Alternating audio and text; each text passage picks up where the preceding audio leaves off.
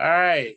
On behalf of the American Towing and Recovery Institute, we're going to start our part 2 of electric vehicle training. Part 1, we're going to have available on our website shortly. We're going to recreate the PowerPoint presentation we just went over for part 1, and part 2 we'll be recording and try to have it available within 24 hours. Then the first Wednesday of January, we'll do part 3 and part 4. And the first Wednesday of every month is going to be the training day at American Towing and Recovery Institute with free training, starting with electric vehicles right on through rigging, etc. Our guest speaker this evening is Ron Moore. Ron will introduce himself in a second. If you haven't listened to part 1, make sure you go back and listen to it, because this is a part 2 of a multi-part training session.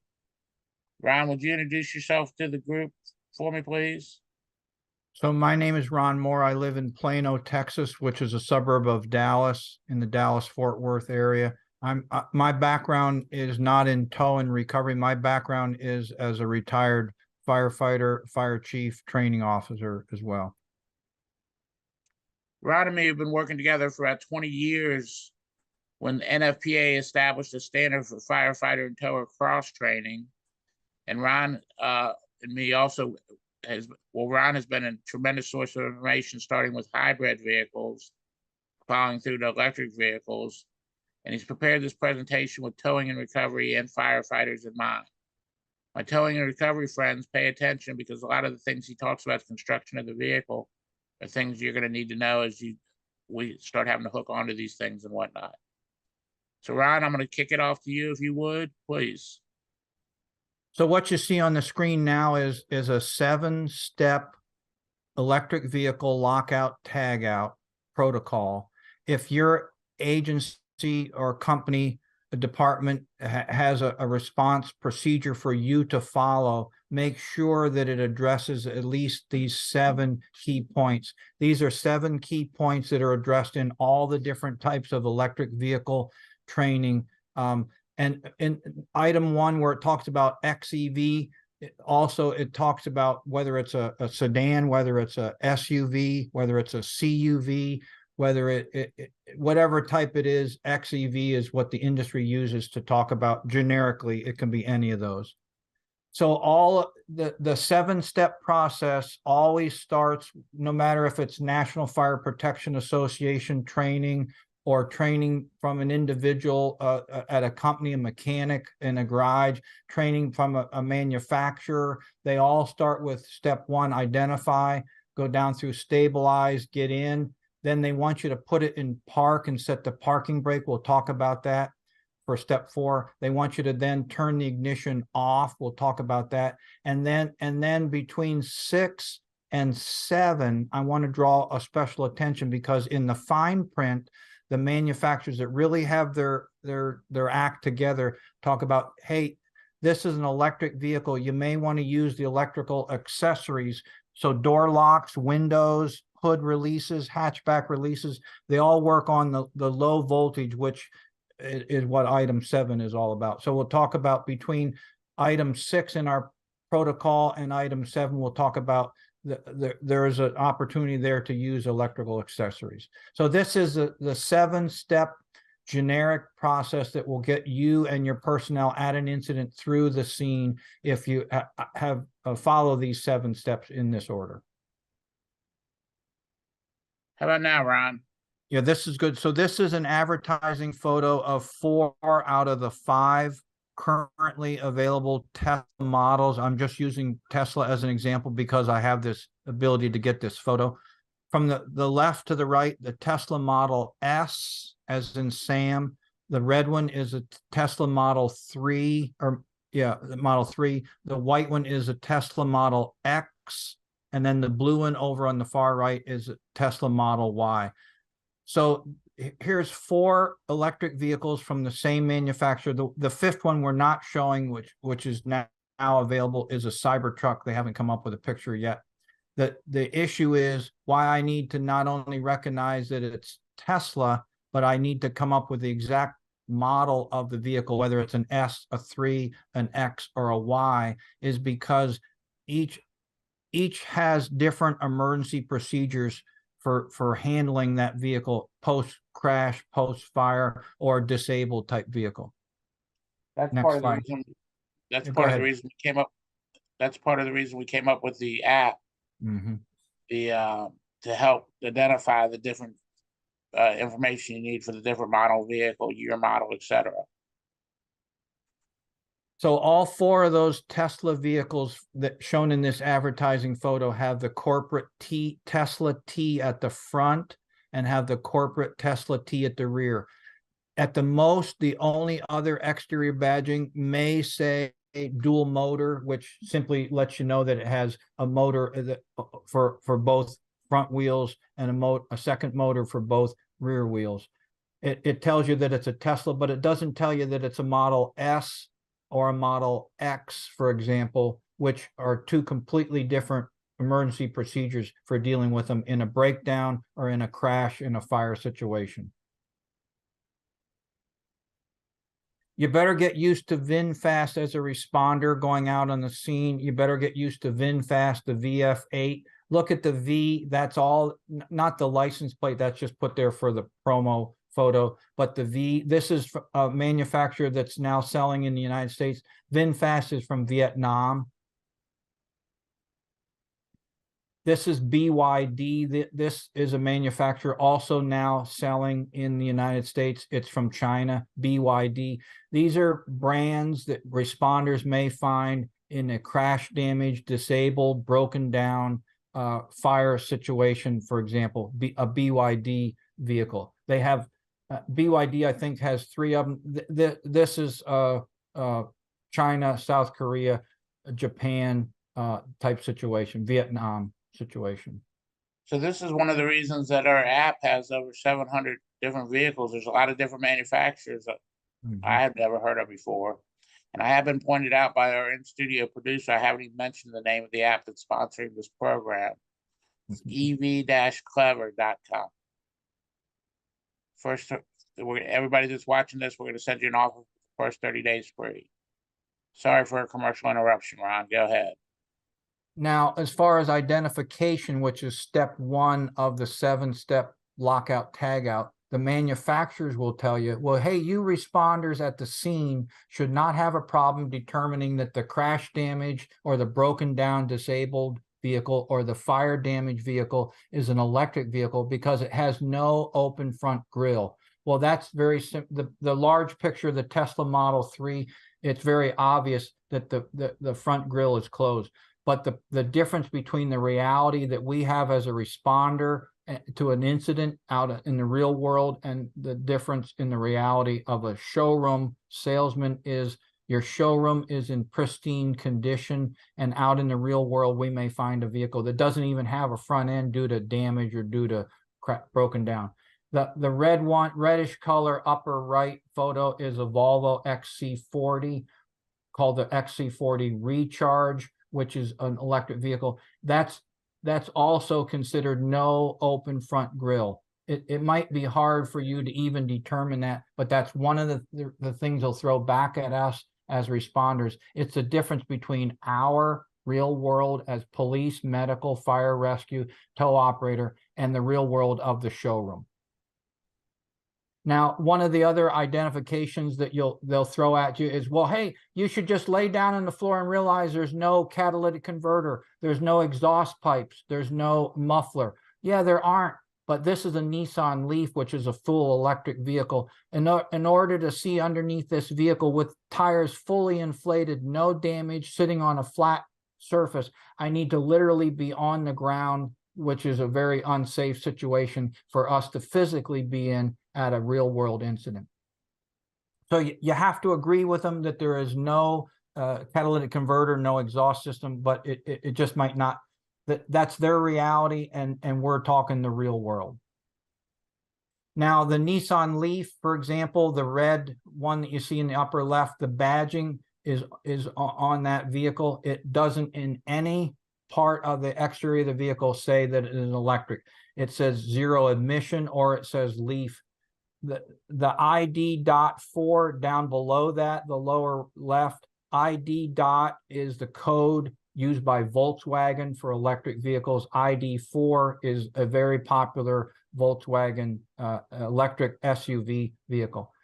Over on the right, bottom right, is the Stallion from Ford. Don't call it a horse, don't call it a pony. It is the Stallion.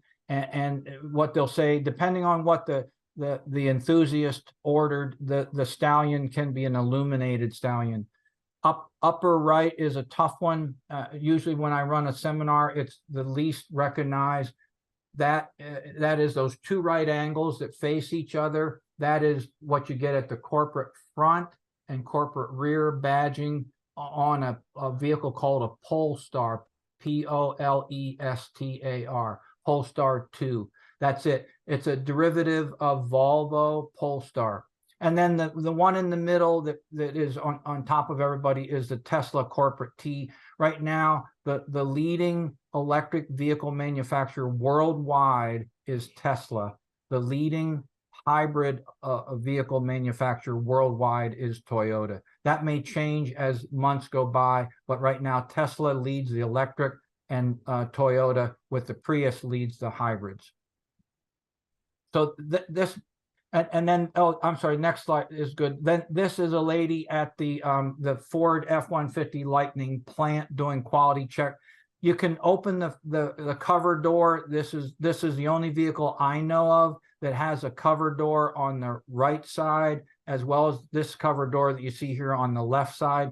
This is the only one, however, that actually operates. This F-150 cover door will open, and all it will tell you as a responder is, oh yeah, this is an electric pickup truck, that somewhere on this vehicle there are electric circuits. So it is an indicator of kind of what you're dealing with. In this case, it'll tell you, in fact, that it's an F-150 that's embossed in the cover plate.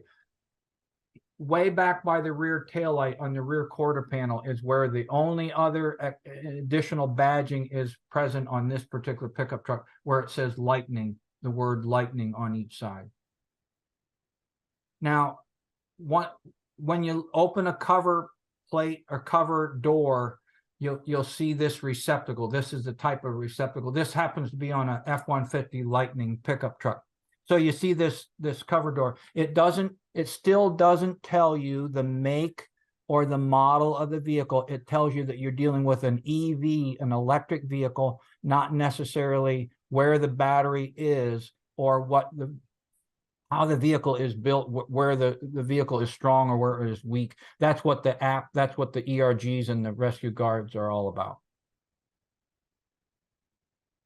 So here's our real world. We're called to the scene of a crash. Roof airbags have deployed, top photo, and the front end is damaged. Maybe a responder would talk to the occupant if their bell isn't ringing. Maybe they're conscious and alert. Maybe you'll get into the glove compartment and find the owner or operator's manual. Maybe you'll see on that hood, which is now called the frunk. Maybe you'll see the corporate T. It tells you that it's a Tesla. But this is an example of a vehicle, and the same vehicle is at the bottom. This is an example of the vehicle that has no model information at all. It'll tell you it's Tesla, corporate T at the front, corporate T at the rear. It'll tell you maybe it's a dual motor if it is, which it is in this case, but it won't tell you that it's a Tesla Model S. So you have to come up with other means of determining, maybe it's a VIN number, some other means of determining what you're actually dealing with, make and model. One of the things about the Clever app is it does have pictures of the automobiles to help you match that up as well. Mm-hmm. Now, step 2 of the 7-step process recommended by all of the original equipment manufacturers and all of the training programs is to stabilize the vehicle. They'll talk about chalking the wheels or blocking the wheels so it doesn't roll silently forward while you're there, so it doesn't roll silently backward. The issue is all drive tires, or what they call traction wheels, need to be stabilized or chalked. You don't know which one of the 4 in this case it is, so you have to chalk them all. The other issue for responders is the EVs require a low profile wheel chocks. Tesla has a car, the Model Y, for example, which is their biggest seller right now. The ground clearance with inflated tires is 6.5 inches off flat ground. So wheel chocks that come off our tow truck, wheel chocks that come off our fire apparatus, the folding hinge type, won't fit and will not properly chock or stabilize the vehicle. So make sure that you have some system where you just get used to preventing the vehicle from moving forward or moving rearward if you're going to be particularly laying on the ground working on near it. You know, one of the most dangerous things about electric vehicles and/or hybrid electric is they're running and they're silent. Everybody worries about the high voltage and whatnot, but super dangerous aspect is they're running and they're silent, so chocking the wheels becomes more of a necessity than it already is. Step 3 talks about get inside. Well, I want to emphasize about step 3. If it's only the driver as the only occupant in this vehicle, and for some reason, let's say they're injured, I still recommend open every door, roll down every window that you possibly can, because if you decide later on to shut down the 12-volt electrical system, any door that remains closed, any window that remains up becomes closed and locked in that condition. So step 3 of the 7-step process is get in. Make sure that your personnel realize that vehicles are a little different nowadays. My generation different from the current employee generation. This particular one has a joystick. You push it forward to go in reverse.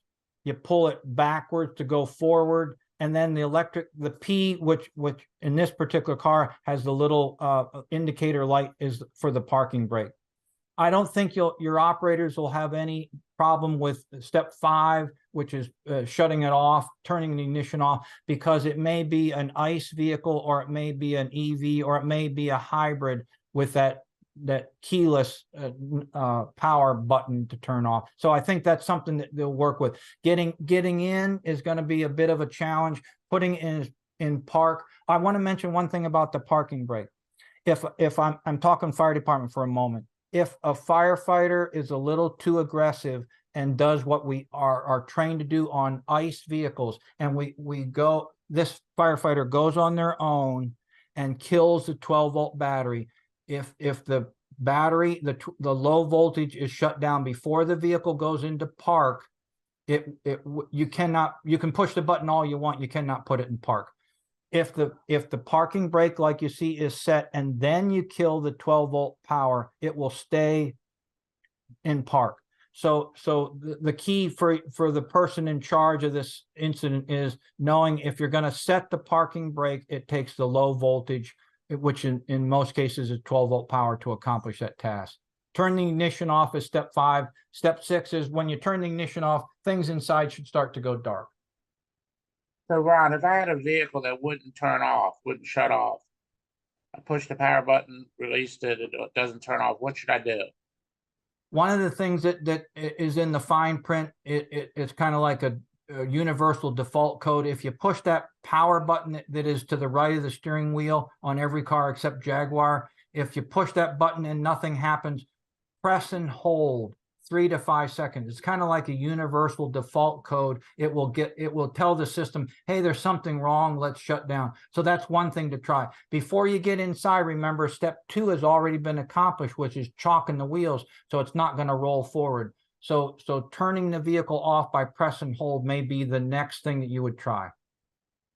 Thank you, Ron. Mm-hmm. Now this is a Tesla with the screen lit up. That means I had a battalion chief call me from an incident scene, and he said, I want to get this vehicle out of the intersection. We're waiting for the tow truck to come, but the broken down crash damaged vehicle is blocking the intersection. I asked him, if you're sitting in the driver's seat and you look at the screen, which Tesla calls the touch screen, is the screen still illuminated? If it is, like in this case, then everything low voltage electrical will still work. Doors, door locks, windows, and then you can see that what they call the stalk, STALK, sticking out of the steering column. It has the park reverse neutral drive sitting on it. So you just would press the park. if the battalion chief told me, no, I'm sitting in the car and the screen is dark, oh crap. Now you just made the car into an electronic brick, and now it's going to have to be set on dollies or set on skids to be moved. So and on the cyber truck, they did away with the stalk, STALK. They did away with the stalk, and the reverse, neutral, drive, and park are up on a stem of the mirror, which is kind of up at the top of the windshield, up by the roof line. So if you had a real problem with this, there is a way. That's what the black print says at the bottom. You can talk to, hey, young guy, young responder, I need you and Siri or you and Alexa. Go inside the car, figure out how to put this car in park while we're there. So there is a way, as long as the 12 volt is still lit up, there is a way for you to get this vehicle to go into park. Or if it's in park, get it to go, Wes already mentioned, into transport mode, which is equivalent of a tow operator neutral on the vehicle.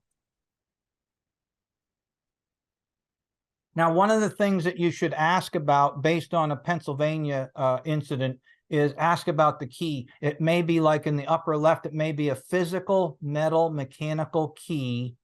On the right side, there may be a key fob that operates the vehicle, or down on the lower left, there may be an app. I have my 2022 Leaf on my app. Oh, good for you. Can I see your phone? Or can you unlock the door? Can you put it in park, whatever? So these are 3 of the 4 different types of keys that you may find. The physical mechanical key at the top left is being phased out while everything is going to the app, or like Wes will go to the next slide. This is what Tesla recommends. They have this wallet, credit card, thin wallet card. This is the key. All you have to do is have this in your wallet or have this in your purse. When you walk up to the car, this Tesla key card transmits a signal to the car. It unlocks the driver's door, for example. It allows the driver to get in and then to drive away. So there's 4 different types of keys. In the Pennsylvania incident, the key remained with the patient when the patient was transported by EMS to the hospital. Once the key got out of range, the patient in the back of the ambulance on the way to the hospital got a distance away. The car went into burglar mode and locked down, shut down. I don't care what part of the country you're in, that's their dying grasp, is grab them keys, isn't it? So if you look inside an electric vehicle today, and the screen, which is typically either directly in front or to the right of the steering column, if that is still lit, that means the low voltage is still working. Remember, the high voltage and the low voltage systems are 2 separate systems. The high voltage may be in this particular case, it's 400 volts. It may be a 400 volt electrical system.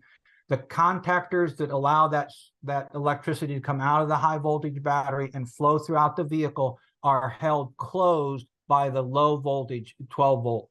So if you kill the 12 volt battery, all these screens will go dark. The 12 volt battery still has stranded energy, and the high voltage battery, which is the skateboard floor pan mounted battery, still has stranded energy as well. 300, 400, 800, 900 volts. So one of the things I want to reference that we talked about in part 1 is the interim guidance. It's available, particularly related to towing and recovery. There's 3 of them available free from NHTSA.gov. And one of the points that they try to bring up in the interim guidance for tow and recovery and storage facility operators is that any crash damage hybrid like you see at the top, or any crash damage Tesla like you see at the bottom, should be hauled away from your scene without any of its wheels turning. So how you get it up on the rollback, how you get it off the rollback is not covered in the interim guidance. It's just towing it from point A to point B. They do have the guidance that you talked about earlier, the 3 lengths of the car and not as fast as you can walk. You can move it 3 lengths of the car and don't move it any faster than you can walk. That's correct, isn't it, Ron? That's correct. And then also the dollies, like in the ditch type dollies, or the skates to get it up on the vehicle. If you are towing it using, let's say, the wheel lift on this rollback, if you're towing it and the rear axle is spinning, that tow operator better be driving to the local fire station, because the fire crew is going to have a drive-in car fire, because the regenerative braking is potentially working, but the vehicle is turned off or damaged, and it's not going anywhere. So it's overcharging. So towing away is what we're talking about. If you don't do that, then as a tow operator, you haven't covered some of the fundamental cases. I've run into tow operators in my experience that say, if you call dispatch, if it's an EV, don't call me. And it's because they're afraid of this situation right here, which can easily be addressed with a little bit of training, a little bit of equipment. That's right. And keep in mind, even if the car is totaled, it's gonna catch fire, because you're generating electricity with nowhere for it to go. This is a photo that I grabbed from the internet, and it's just an electric vehicle. It happens to be a Tesla Model Y involved. If for some reason the fire department decided, or the rescue personnel decided at the scene, that they do need to make the car dark, then you would go to step 7. And just realize that if they take this car and access the battery and kill the 12-volt low voltage, then that rear door and window on the passenger side is closed and locked. All doors that are not opened normally when you have the 12-volt power become jam doors. So I'm trying to say, if you need to shut down the 12-volt power, I understand that. I just need responders to realize what the implication of that work is, why you might do that. In this case, I would open all 4 doors. Even if I just had the front driver, I would open all 4 doors. I would open the front, which is the front hood. I would open the hatchback at the rear. I would get this car completely opened up. And then if necessary, I would decide to have a personnel to kill the 12-volt, shut down the 12-volt power. Now, there are based on yellow, what's called first responder cut labels. These are designed for fire rescue, primarily to use at an incident. It could be used by tow operators as well. Everybody in the world uses yellow based, except Tesla. Their cut labels are orange based, but they all use the black bolt cutter icon, and they all use the red fire department helmet icon as well. So what they're trying to say is, if the battery is not readily accessible, we'll run a cable, a first responder loop up, we'll put a label on it, cut on the left side of the label, cut on the right side of the label, take a chunk out of the cable, if that's what you want to do, to kill so the fresh ends don't meet. The issue might be, and that's what happened in Pennsylvania, and the Model Y, Tesla Model Y, if you cut the cable, which is orange based, if you cut the cable, it does not shut the 12-volt power down completely. You still have to dig and get to the battery on the Tesla Model Y and kill the second cable coming off the battery itself. So first responder cut labels may be there, they may be yellow, or they may be orange colored base, but they'll have the black bolt cutters and they'll have the red helmet. This is a Tesla Model 3, which is the smallest sedan. We've raised the hood. You're looking at the front windshield wipers on the driver's side. There's the orange label sticking out. What you would do is, it's saying that underneath that, you pop up that trim, that louvered trim piece. Underneath that, you'll find the cut loop. So on the Model 3, you'll cut it. On the Model S, on the Model X, but on the Model Y, you need to not only cut that cable, but you need to take a chunk out of that cable. You need to cut the second cable as well. And on the Model Y, it's exactly on the opposite side, by the way. Now, we believe this to be the first wrecked Mustang Mach-E, which is an electric vehicle. It was a rollover incident. This happened in 2021 outside of Phoenix. A couple of important things came up. The vehicle was in a high-speed rollover, so it's pretty well mangled up, but the structure held up relatively well. If occupants inside were wearing their seatbelt, chances are they were conscious and alert, at least, maybe even ambulatory when fire rescue got on scene. Look at the driver's door window. It's all safety glass, but the driver's door window is already demonstrating cracks representing laminated safety glass. You may find on ICE vehicles as well as electric vehicles, you may find the driver's door window and the passenger door window are laminated safety glass. In this case, you can see the bottom of this driver's door. You can see the Mustang Mach-E logo where it goes. You can also see that the cover door is open, indicating to responders at this scene. Chances are this is how the car wound up even after the rollover. The chances are that they looked in that where that cover door is open, they saw the electrical receptacle, and it told them that they were dealing with an electric vehicle as well. Now, on the laminated safety glass, that should not stop us if the fire rescue officer determines they want the crew to remove the window glass. It's no longer necessary. It's a nice to do, not a must do. Just use whatever tool or whatever technique the fire department, the fire rescue crews use currently to take out a windshield. This is a manual windshield saw, cut from the left side to the right side, for example, low along the window, and that disconnects the window, the laminated safety glass door window, from its track mechanism, which goes down in the door. The sides, both front and rear sides and top, are loose because it's a window. It has to go up and down.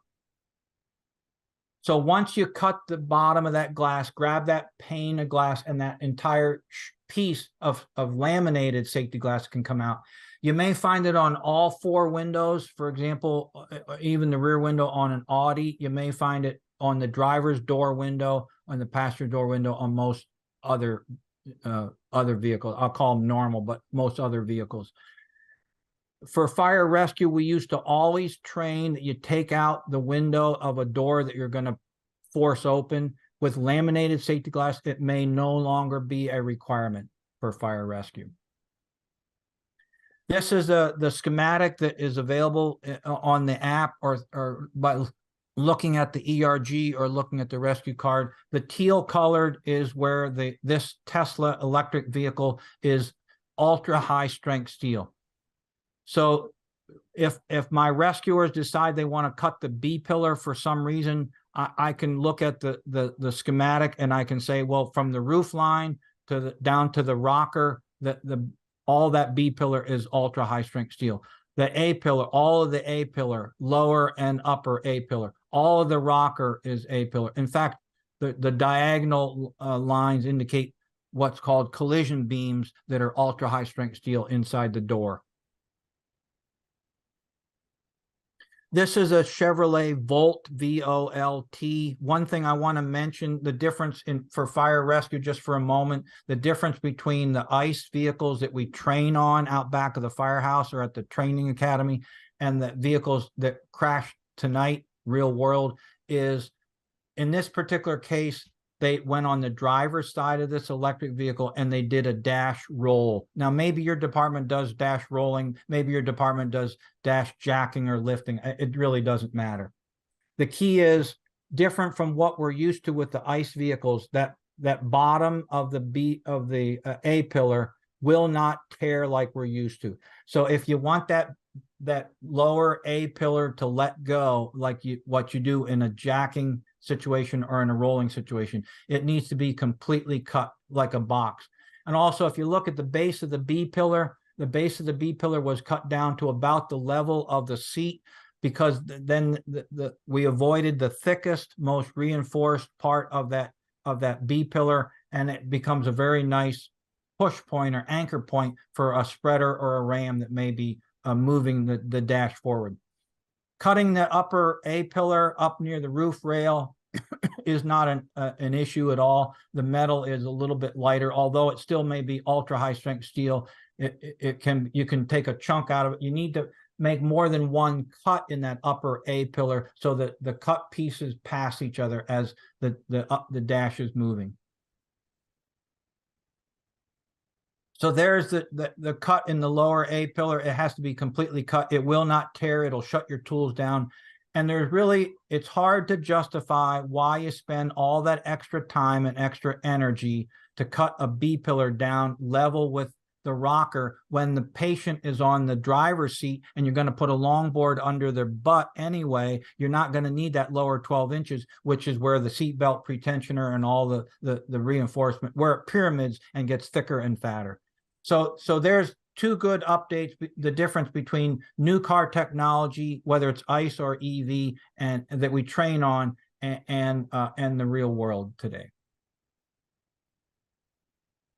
So I title this Dear Chief. It's been nice being a member of my organization, but something broke. The tool was defective. So make sure for the sales reps, the ultra high strength steel, they really mean it. Make sure you have a reciprocating saw with a blade that will cut through, whether it's Diablo or Bosch or whatever. Make sure that you have a power cutter, whether it's hosed power cutter or battery power cutter, that is designed to cut through the ultra high strength steel. It is cutting extrication work on an electric vehicle can be and will be the most difficult extrication work you've ever done. If you can use things normally, electrically, get the door to come open, you're so much better off than if you strain your tool to the point of tool failure. This is a Volvo XC40 recharge. So if my crew for some reason wanted to cut open this driver's side because of entrapment or whatever, I want to lay over on top of that what I could see if I looked at the ERG or the rescue card. Oh, by the way, oh my gosh, look at this. The B pillar comes down to about seat cushion level, and then it turns into mild steel. So if my crew was having difficulty cutting the B pillar, I could tell, well, maybe cutting it at the bottom and laying it up might work rather than cutting it at the top and laying it down. And look at the C pillar. The C pillar isn't connected to the roof rail at all. So there's a gap there of mild steel. So with the ultra high strength steel, responders at the scene doing extrication work will not be able to see where the car is strong or where it is weak. Their tools are what will tell them where they are into a hard spot or where they are into a soft spot. It may also be the schematic from the ERGs. There is a consistent rule, I guess you want to call it a rule, in North America, in the United States, anything traffic cone orange is 60 volts DC or greater. So orange cable, orange sheathing, orange connectors. If any personnel at an incident, if you raise the hood or you look inside the vehicle, for example, and you see that traffic cone color orange, it is a requirement that it be that color to identify it as potentially carrying high voltage. That's why all the manufacturers talk about the electric shock potential. Now this is a Nissan Leaf down that's side resting, and I'm doing some experiment down in Tennessee to try to stabilize it. Notice that the strut, which is a Kodiak strut in this case, the floor pan mounted battery is a no-fly zone for any stabilization equipment. So in this particular case, there's a strut on this undercarriage side. There's a strut over on the roof side by the A-pillar windshield area, but the battery is not damaged or touched or crushed in any way. So real world, let's go to California. Why not? So this guy with two other people in the car is up above. You can see the parking lot up above. He hits the accelerator. You're not allowed to call it a gas pedal anymore. He hits the accelerator and drives through the fence, over the embankment, and lands onto the roof of ambulances parked at an ambulance squad station below. So the fire department removes the patients by laddering up to them to get the patients to come down. And in the next situation, the next slide, you can see that they use struts. These are Rescue 42 struts, the red, white, and blue struts. But they're on the rocker. They're at the lifting points that are identified by the ERGs. They are not trying to support or lift the battery, the floor pan mounted battery at all. So in every situation, the floor pan mounted battery is a no-fly zone, period. So for my friends in towing and recovery, there's been a damage on a Ford Mustang where the towing operator did not look at the emergency response guide and see what the manufacturer's instructions were. He saw two holes that were ended up being drain holes for the battery. He put too many J hooks in it. He pulled. It's over $20,000 to put a new battery in that car. So again, as Ron's talking about, this is new technology where you need to have new information to combat it, so to speak. Does anybody have any questions? Ron, I think we're at a pretty good stopping point here. The one thing I wanted to mention, Wes, is I talked to an owner of a Rivian R1S, which is kind of like a suburban Yukon Tahoe type vehicle. He had a tow operator come to the scene who refused to listen to him as an owner operator. He was really tuned into the vehicle, and the tow operator refused to follow the instructions provided by the Rivian manufacturer and damaged the undercarriage to the point where that vehicle was totaled. Yeah, that kind of thing has happened. Again, it's the vehicle's changing. You have to change your information to handle them. So Is this there was part two. Go ahead. Sorry. Is there a place where we can buy the flashcards, the emergency flashcard type thing? Well, it's part of the app. This is sponsored by the Clever app. Okay. First 30 days are free. $9.95 for a month, $60 for the whole year. Has over 2,000 pages of information, including the rescue cards.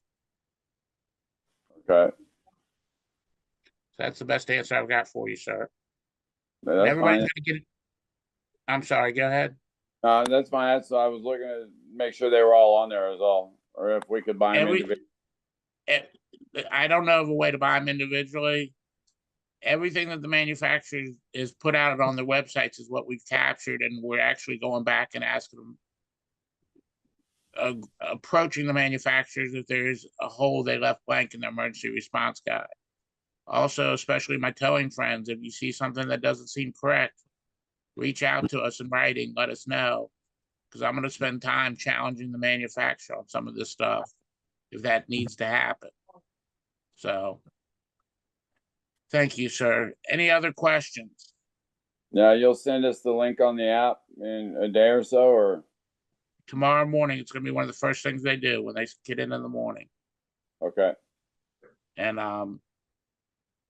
like I said, it'll be one of the first things they do when we open the office in the morning. Perfect. All right. I want to thank everybody for listening tonight. This has been a first training Wednesday. Every first Wednesday of the month in 2024, we're going to be coming at you with towing and recovery and fire and rescue training topics. I want to thank Ron Moore for taking time to be here and sharing his information with us. Like us on Facebook, the app. We're going to get a free offer tomorrow, but it's ev-clever.com. I want to thank everybody. Keep your eyes on traffic. Be safe out there. God bless each and every one of you. Thank you for attending this evening. Thanks very much for having the course, Wes. Oh, you're welcome. I thank both you guys for all the training.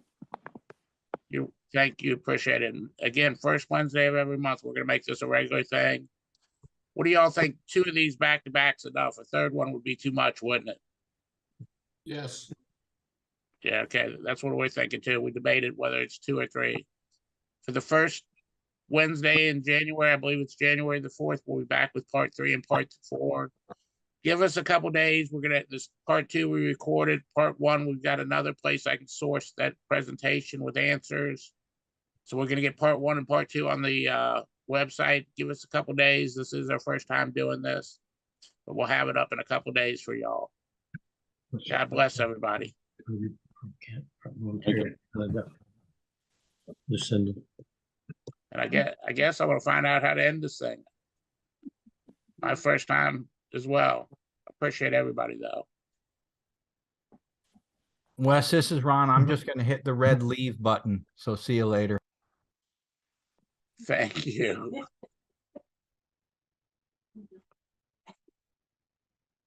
No, it's just your beautiful face.